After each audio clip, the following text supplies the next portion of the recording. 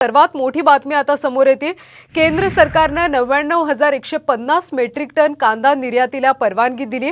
यानुसार आता Bangladesh, UAE, Bhutan, Bahrain, Mauritius आणि श्रीलंका या 6 देशांमध्ये कांदा निर्यात करता येणार आहे। लोकसभा निवडणुकीच्या तोंडावर केंद्र सरकारने हा मोठा निर्णय घेतला। भारत सरकारने 2000 मेट्रिक टन पांढरा कांदा निर्यातीला काहीच दिवसांपूर्वी परवानगी दिली होती।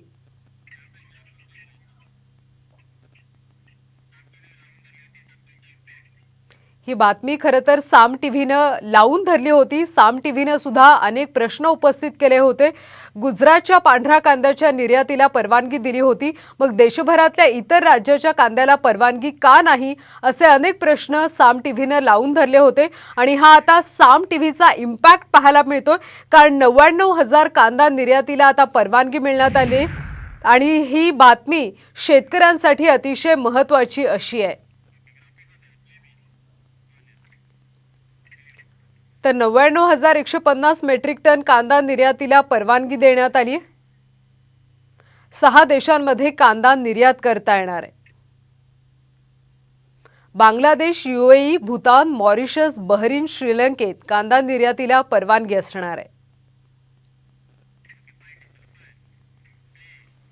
आमची एक मागणी आहे की त्यांनी ते म्हणजे गव्हर्नमेंट टू गव्हर्नमेंट एक्सपोर्ट तो खुल्या बाजारात जर खुल्या व्यापारात जर माल घेणार नसेल तर मग त्याचा शेतकऱ्यांना काय फायदा होणार आहे। आमचं म्हणणं हे की तुम्ही पूर्ण क्षमतेने तो निर्यात खुली केली पाहिजे आणि व्यापाऱ्यांनाही त्यामध्ये सहभागी करून घेतला पाहिजे, तेव्हा त्या शेतकऱ्यांना खऱ्या अर्थाने त्याचा फायदा होईल।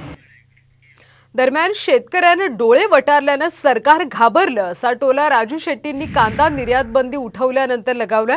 तसंच धडाधड यांचे उमेदवार पाडा म्हणजे कुणाची शेतकऱ्यांकडे वाकड्या नजरेने पाहण्याची हिंमत होणार नाही, असं आवाहन राजू शेट्टींनी शेतकऱ्यांना केलं। सरकारला आता कळालं असेल, केवळ कांद्याकडे बघितल्यानंतर शेतकऱ्यांनी डोळं वटारल्यानंतर सरकार घाबरून गेलं।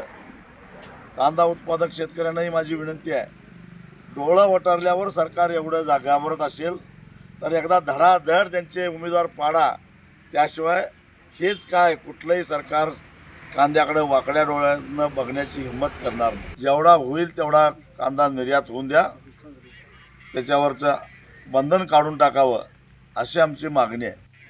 दरम्यान आतापर्यंतच्या शेतकऱ्यांच्या नुकसानीला जबाबदार कोण, असा सवाल खासदार अमोल कोल्हे यांनी उपस्थित केला। तर विरोधकांना शेतकऱ्यांची काही देणं घेणं नसल्याचं उपमुख्यमंत्री देवेंद्र फडणवीस यांनी म्हटलं। तसंच एक मुद्दा संपल्याचं विरोधकांना दुःख असल्याचा पलटवार देखील फडणवीसांनी केला। महाराष्ट्राचे कृषी मंत्री आणि या भागातले स्थानिक आमदार हे दिल्लीला गेले होते आणि 2.5 लाख मेट्रिक टन कांदा हा त्यावेळी 24 रुपयाने खरेदी केला जाणार असं सांगण्यात आलं होतं। 2 डिसेंबर पासून ते आत्तापर्यंत काही हजार कोटी रुपयांचं जे कांदा उत्पादक शेतकऱ्याचं नुकसान झालंय, या नुकसानीला नेमकं जबाबदार कोण? आणि आता सुद्धा बांगलादेश, भूतान या देशांमध्ये निर्यात करण्यासाठी जो कांदा दिला जातो, हे पुन्हा परराष्ट्र संबंधांचं फार मोठं अपयश आहे, हे मी पुन्हा अत्यंत जाणीवपूर्वक सांगतो। सातत्याने केंद्र सरकारने कांद्याची खरेदी केली आणि दरवेळेस निर्यातीची लिमिट ठरवून वारंवार निर्यातीची परवानगी देखील दिली आणि आता तर खूप मोठी परवानगी या ठिकाणी दिलेली आहे। विरोधकांना शेतकऱ्यांची घेणं देणं नाही आहे, आपला एक मुद्दा संपला याचं दुःख आहे त्यांना, शेतकऱ्यांना भडकवता येणार नाही याचं दुःख आहे। त्यामुळे खरं तर त्यांनी आनंद व्यक्त करायला पाहिजे होता की बाबा आता शेतकऱ्यांचा कांदा निर्यात होणार आहे। त्यांनी आनंद नाही व्यक्त केला, ते दुःख व्यक्त करतायत। त्यामुळे त्यांना शेतकऱ्यांची घेणं देणं नाही, त्यांना केवळ राजकारण करायचं।